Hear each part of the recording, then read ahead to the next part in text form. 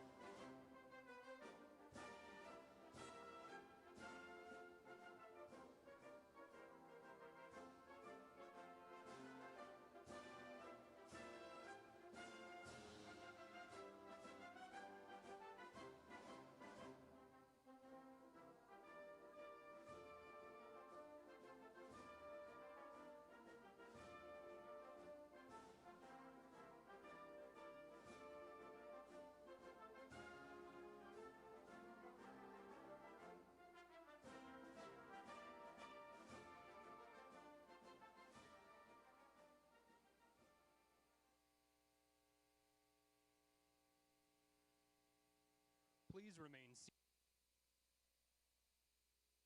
Thank you.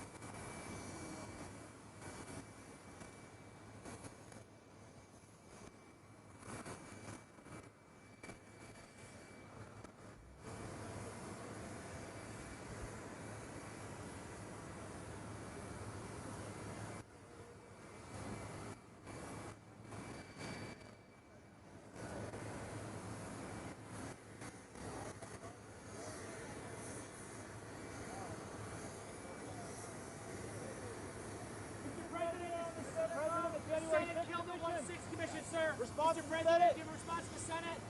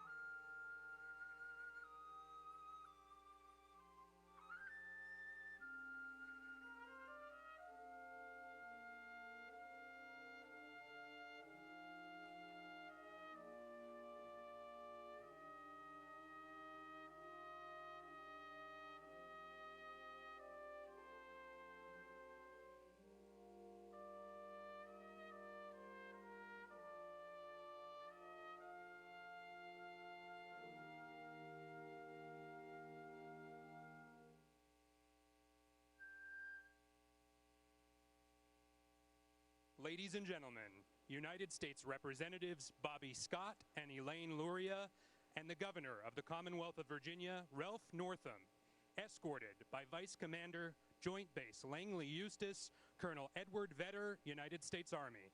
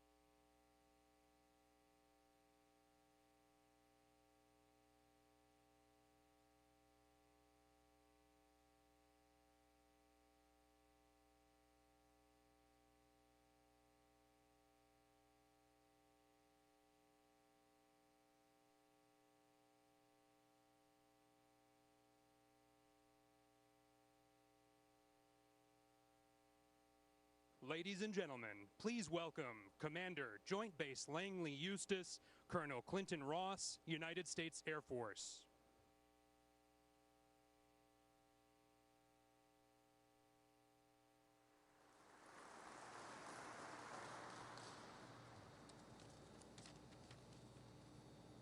Good afternoon. As you heard, I'm Colonel Clint Ross, Installation Commander for Joint Base Langley Eustis. Let me start off with a huge thank you to our distinguished guests and the airmen and soldiers who are here today for this special event.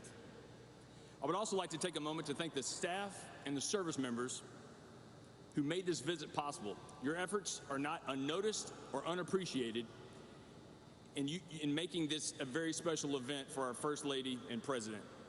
And now, please join me in welcoming Mrs. Brittany Bean and her family, spouse of Major Nathan Bean, who's currently deployed, our First Lady, Dr. Jill Biden, and our Commander-in-Chief and 46th President of the United States, Joe Biden.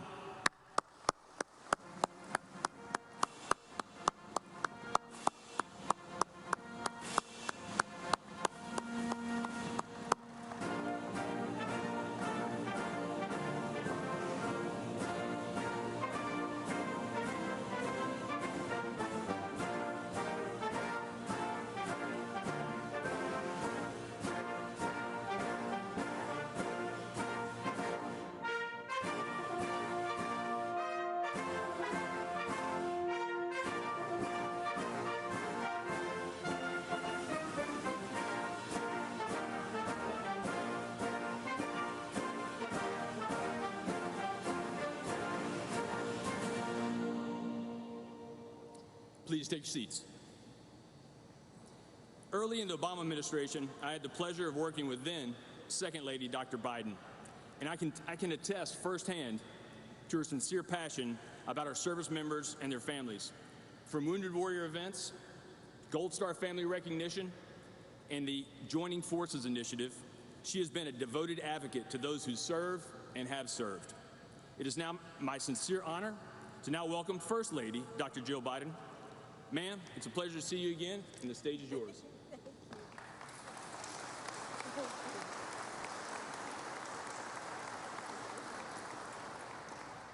Thank you, Colonel Ross. And Clint, it's so wonderful to see you again.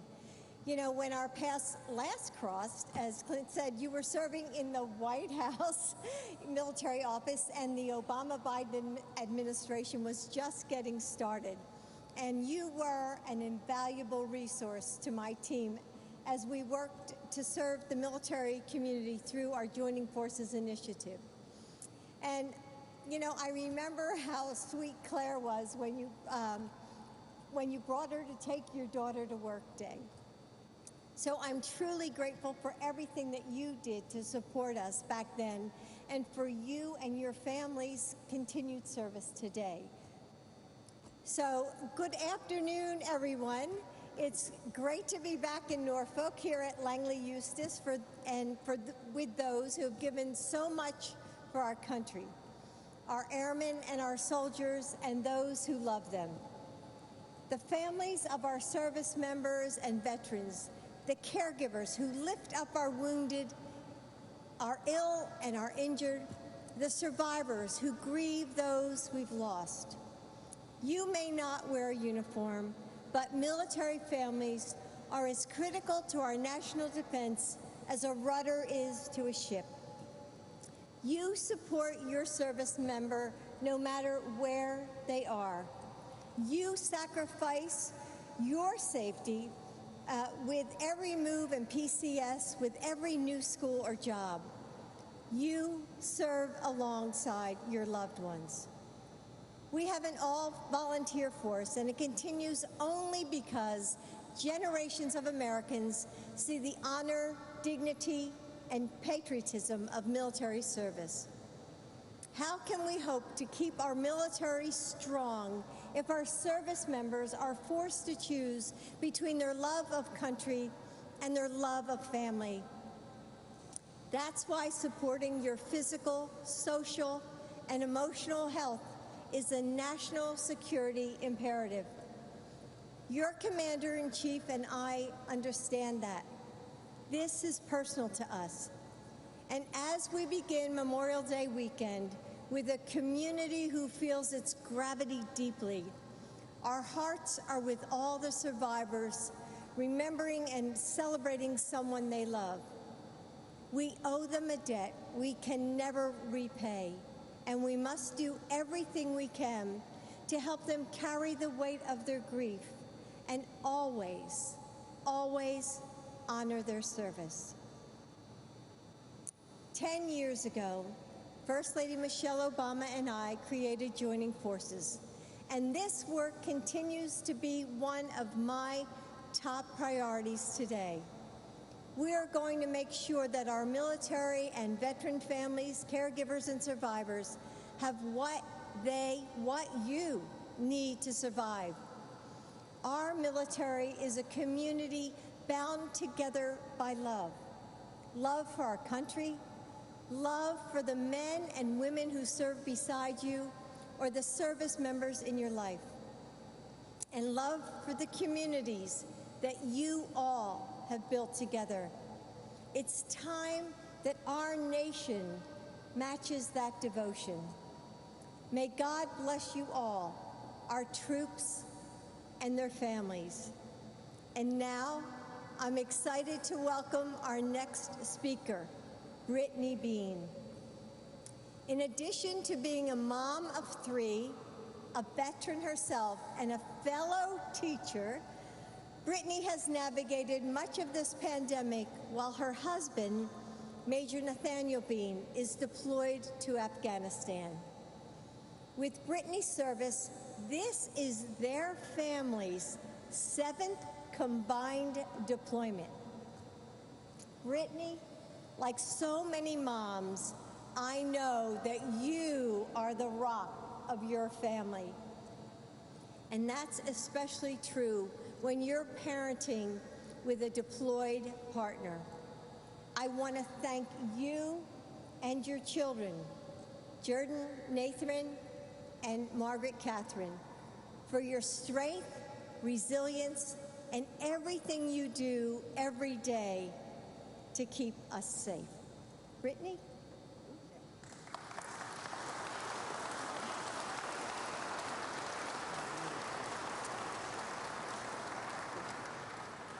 Ladies and gentlemen, good afternoon. I am Brittany Bean, and these are my well-behaved, yay, and adorable children, Margaret Catherine, Nathan, and Jordan. My husband, Major Bean, is overseas in Afghanistan. He has been gone for 6 months, and he will return in about 6 more months, about in time for Christmas.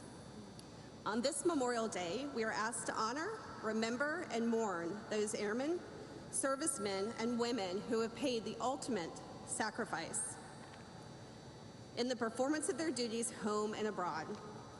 As a veteran myself and spouse to a service member currently serving overseas, I am all too aware of the cost these young men and women are asked to bear, as is President Biden, who has suffered a loss of his own. Some of you listening to my voice right now have also suffered a loss. I'd like to extend my external and internal gratitude, however willing to protect the American dream, to keep our nation a beacon of democracy and hope to others. It comes with a great sense of honor and pride. Though I've taken off the uniform and have transitioned to being a military spouse, I am still afforded an opportunity to serve others as an educator at Poquoson Elementary School. Go Bulls! Thanks to programs like the CARES Act. However, as most educators know, not all lessons are retained to the confines of the classroom. Our 3 children have benefited immensely from the range of interpersonal relationships they have formed over the years as military children. All children have lived abroad in the Middle East, traveled all across Europe and the United States. They have had the opportunity to meet families from walks of life and many socio-political backgrounds. The military is a global community, a unified community, and one that I am proud to have served and continue to serve. With that, I would like to welcome President Biden to Joint Base Langley Eustis and the Hampton Roads region. But first, When you were elected, my husband said I got to shake the hand of the president. You gave his commissioning speech at the 2009 Air Force Academy graduation. And I said, I actually get to shake the president's hand. I win, don't you agree? Thank you.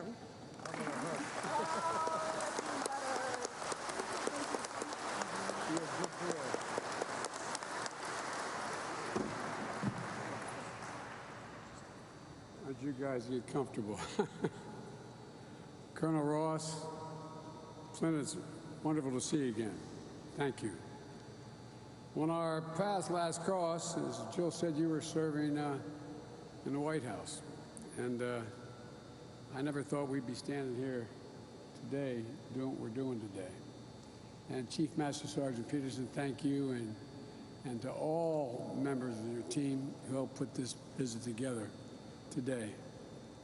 It means a lot to Jill and me. When I was vice president and as chairman of the Foreign Relations Committee, we tried to visit almost every major military base in the country and as vice president around the world. And you are, simply stated, you are the backbone of the country. You're the backbone of the country. And although our son Bo was the Attorney General of the state of Delaware and had spent 9 months in Kosovo trying to, as Assistant U.S. Attorney, trying to set up their criminal justice system. And I might say I can do this with the military. I'm going to brag about him a little bit. He's the only foreigner to have a war memorial erected to him in Kosovo, just below Fort Bondsteel, and the highway, the first highway they built, named after him, the Joseph R. Bo Biden Memorial Highway. And he was proud as hell of his work. But then he decided that he had contracted exposure to a virus when he was in Kosovo and in Turkey as a civilian, and he came back with a problem. But he kept going to Walter Reed. I couldn't understand why. They finally found, it's called ankylosing spondylitis. They finally found a cure, prevented him from having what they call bamboo spine. But he kept going back. I couldn't understand why. I thought I knew why. But Gov, he went back because he was trying to get an exemption to be able to join the United States Army. He was a sitting Attorney General, and all my colleagues, the governor and Bobby Scott and Congresswoman, they all know, is that when you do that, he joined the National Guard. And his unit deployed, and he wanted to deploy to Iraq with them. So he literally had to give up his seat temporarily. He could not have any business done, as you National Guard folks know. You can't do any business with a state if, in fact, you're now federal property. And so he gave up the seat and had the courage to appoint the fellow who had been the Republican Attorney General as Attorney General while he went. The proudest thing he ever did. Proudest thing he ever did. And he spent a year in Iraq, and it was one of the great honors of his life to do it. Won the Bronze Star, the Conspicuous Service Medal, and other awards, like many of you have. But he never, ever talked about it. I remember we had an event at the White House. I shouldn't be talking so much about my son, but I'm not going to apologize for it. We had an event for Iraqi veterans at the White House. And the president, without telling me or Jill, invited Bo to be there with another 75 soldiers and sailors and airmen. But he wouldn't wear any of his decorations. And General Ordiano called him, he served under him, and said, put them on now. I swear to God. Walking out of the VP residence, he wouldn't put them on until then. That's the first time I ever saw the Bronze Star on him. What I'm telling you that is like a lot of you. You do your duty. You don't expect anything for it except get a little respect. You deserve so much more. You deserve so much more. And, I'm honored to be joined today by Governor Northam and by two great representatives of the Commonwealth, Congressman Laurie and Congressman Scott. And I want to thank you for all that you do to represent these service veterans, because they're devoted to you. The family members, the caregivers, survivors will call Virginia home. I'm especially honored to share the stage with Brittany and Jared and Nathan and Margaret Catherine. I love those barrettes in her hair, man. I tell you what, and look at her. She looks like she's 19 years old, sitting there with her, like a little lady with her legs crossed.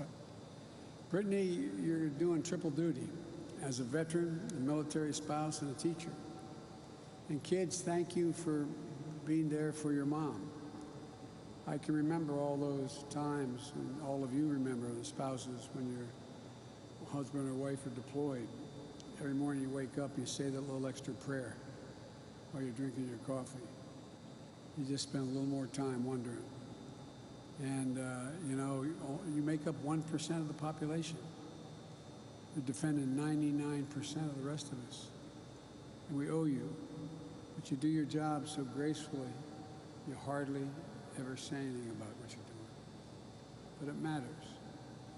It matters to your families for that time we're sitting across from an empty chair at the kitchen table, and the dining room table, for those birthdays or Christmases or holidays where they're gone.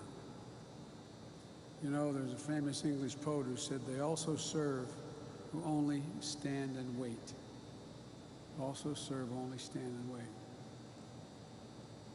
I know Major Bean, having been deployed to Afghanistan during the pandemic, has only made everything much harder during the pandemic. I want to thank you so much, your entire family's service to our country. You're all incredible. You so underestimate how important you are. There's nothing that Jill and I enjoy more than spending time with our troops here and abroad. You're stationed here in the United States or deployed around the world. I've been in and out of Iraq and Afghanistan over 25 times. And I've seen, I wish everyone could see what you do when you're there. I wish they could see every day how you saddle up, how you jump in that cockpit. Just see, no, you're just doing your job. Not to mention all the troops I've had a chance to visit in the Middle East and Europe and the Indo-Pacific region. We've traveled all over. Jill's traveled all over with me on her own visits to service members in Iraq. I think she's the only second lady ever to go in the middle of a war zone because she wanted to be there and see it. I always want you to know, always, that the issues you and your family are facing, we need to know how we can support you better. I mean it sincerely, from the bottom of my heart, support you better. There's a reason for that. As I said, we Bidens are proud to have family in the military. And our son, Bo's service was among the achievements, as I said, he was most proud of. My heart swelled to see him in uniform. When I went into Iraq, I was there 5 times when he was in Baghdad. And I remember the first time I saw him, his name was Hunter. I said, "What in the hell happened?" He said, "Dad, I don't want anybody to give me any special favors because my vice president's my dad." He got permission to put a different name tag on. I also remember what it was like to listen to him talk about the needs that people had when he got back home. About all the folks he served with who came back with post-traumatic stress. And he was back being Attorney General, having to deal with it. But here's the point. You do so much, and you ask for so little. You know, our experience is a fraction of what so many of you and your families have gone through. A family like Brittany and her kids. You're an absolute best America has to offer. Our heart, our honor, your solid steel spine. So my message to all of you is quite simple. Thank you. Thank you. Not thank you for your service, just thank you for who you are, because it's contagious. Thank you for choosing a selfless service to your country. I know we have mostly soldiers and airmen in attendance today, but there can be a lot of friendly rivalries on the base. Each branch has its own proud, cherished traditions and culture. I know how proud Langley is of a premier fifth-generation F-22 Raptor wing. Oh, God, I'd love to go up in one of those. I asked, I'm your commander-in-chief. Why the hell can't I command you? Let me go up with you. But, they won't let me do that. But Fort Eustis hosts one of Army's busiest airfields, which is led by the Air Force, primarily used by the Navy. It's all about as joint as it can possibly get. Every day, the more than 20,000 members of the Air Force and Army, along with civilian personnel, come to work with a shared mission. No matter which branch of our armed forces you proudly represent, you're part of the greatest fighting force in the history of the world. That's not hyperbole. The greatest fighting force in the history of the world. You're integral to the most powerful nation in the world. There's been no Army, Navy, Air Force ever like you, or Marines. Here at Joint Base Langley Eustis, you enable the success of our mission around the world. You provide intelligence support and air power. You ensure our soldiers and airmen are ready, trained to deploy the COCOMs around the world, including this year, adhering to COVID-19 safety protocols and quarantines before troops ship out in order to minimize the spread of the virus. Know that many of you deployed yourselves, probably more than once. Over the past 20 years, our volunteer force and our military families have made incredible sacrifices for this country. Early in my term as vice president, I traveled overseas. I'd sometimes meet servicemen and women who were deployed their fourth, fifth, sixth times. Remember going into Baghdad, and those of you who had to fly in, you do those circular deals so we wouldn't get shot at and we wouldn't get hit. I walked up in the cockpit of a Silver Bullet that they had me in, and I said, how many, there were 5 people in the cockpit at the time, loadmaster as well. I said, how many is this your first tour? Nobody raised their hand. How many the second tour? Nobody raised their hand. Third tour, 2 raised their hand. Fourth tour, 2 raised their hand. Fifth tour, 1 raised their hand. No other war have you gone in, served, and got back up again and go back again and again and again. Once,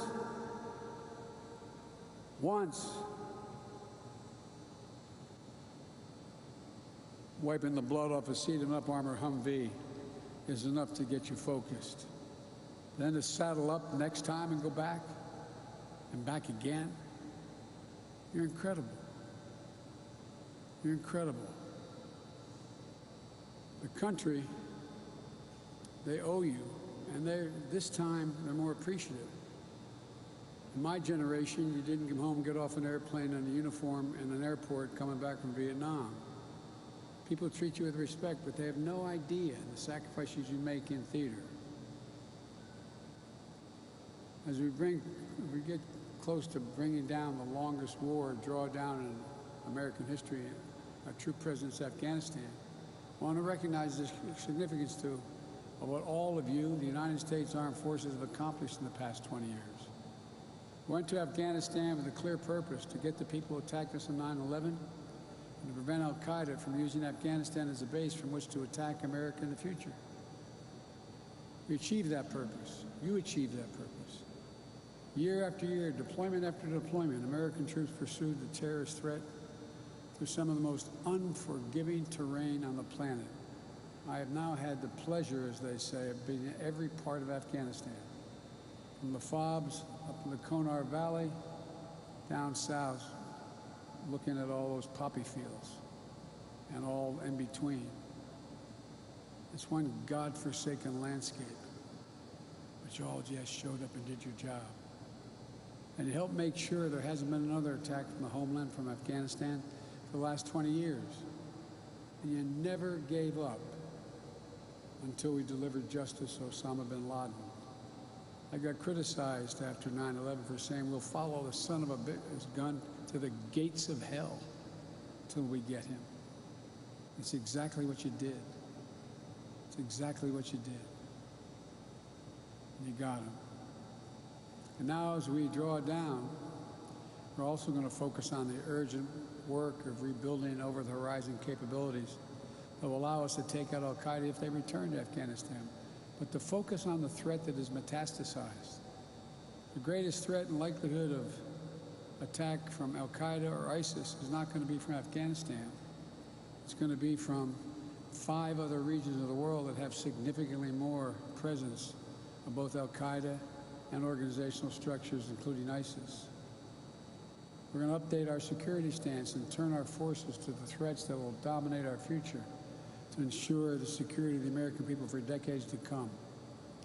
But we'll never, ever, ever forget the terrible cost that we've paid as a nation. Many of you likely have lost friends and colleagues in Afghanistan and Iraq. I know this is personal to you, especially as you head into Memorial Day weekend. We as a nation will always remember and pay tribute to those we lost. After I announced my decision to end the war in Afghanistan, the first thing I did was visit Section 60 of Arlington National Cemetery. Just walk through those headstones. Seen all those stones. Our son did not die in Iraq, but he came back when as an incredibly healthy young man, and came back with a severe brain tumor because his hooch was just downwind from those burn pits. I don't know if that's the reason, but he came home. It was just a matter of how long he lived. I still carry with me every single solitary day. I have my staff for the last, since the war began. I have my schedule. In the back of my schedule, it says U.S. Daily Troop Update. U.S. troops died in Iraq and Afghanistan. 6,927. Not over 6,000. Total fallen angels across the board, over 7,000.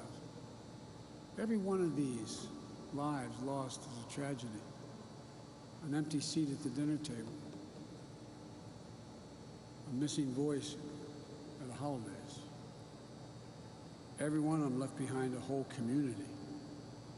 Not just one, a whole community. We can never repay that debt. But I promise you this, to all the Gold Star families across the country, we will never, ever, ever, ever forget. Each year, Memorial Day offers us a chance to reflect on the enormity, the sacrifices that generation after generation of Americans has made, and the responsibilities that we bear, citizens bear in return. I've said many times, it used to get me in trouble 25 years ago, 30 years ago in the Senate. So America has many obligations. We only have one sacred obligation. Obligations to our children, to the elderly, and so many more things. Only one sacred obligation. It's to prepare you when we send you into harm's way with everything you need. Care for your families when you're gone. When you come home, care for you and your families and the needs that may be a consequence of the war. We owe it. We owe it to you. We particularly owe it to the memories to affirm the very best of what America stands for, to uphold honor and democratic values that are the foundation of the strength of this nation. You know, I sometimes get criticized for saying what I deeply believe, having done this for the bulk of my life. We're in a battle between democracies and autocracies. The more complicated the world becomes, the more difficult it is for democracies to come together and reach consensus. I've spent more time with President Xi of China than any world leader has. For 24 hours of private meetings with him, with just an interpreter, 17,000 miles traveling with him in China and here. He firmly believes that China, before the year 3035, is going to own America, because autocracies can make quick decisions. But America is unique. Of all nations in the world, we're the only nation organized based on an idea. Every other nation you can define by their ethnicity, their geography, their religion, except America. America is born out of an idea. We hold these truths to be self-evident, that all men and women are created equal, endowed by their Creator with certain inalienable rights, including life, liberty, etc. None of you get your rights from your government. You get your rights merely because you're a child of God. The government is there to protect those God-given rights. No other government's been based on that notion. No one can defeat us except us. It's an idea that generations of patriots have fought and died for it and defended. I know that's a conviction that each and every day you all share. That's why you joined up, why you run around danger and duty calls. It's my greatest honor. It should not surprise anybody. It should be anybody's greatest honor in all of life to be able to serve as your commander-in-chief. No greater honor. So thank you. Thank you, thank you, thank you for spending this time with me today. And thank you for your commitment to our country. Because without you, as I said, I'll be end where I began. You are the spine of America. The spine. I can't tell you how much it matters. I think you underestimate. It's the consequence of who you are and what you do. So thank you. May God bless you. And may God protect our troops. Thanks.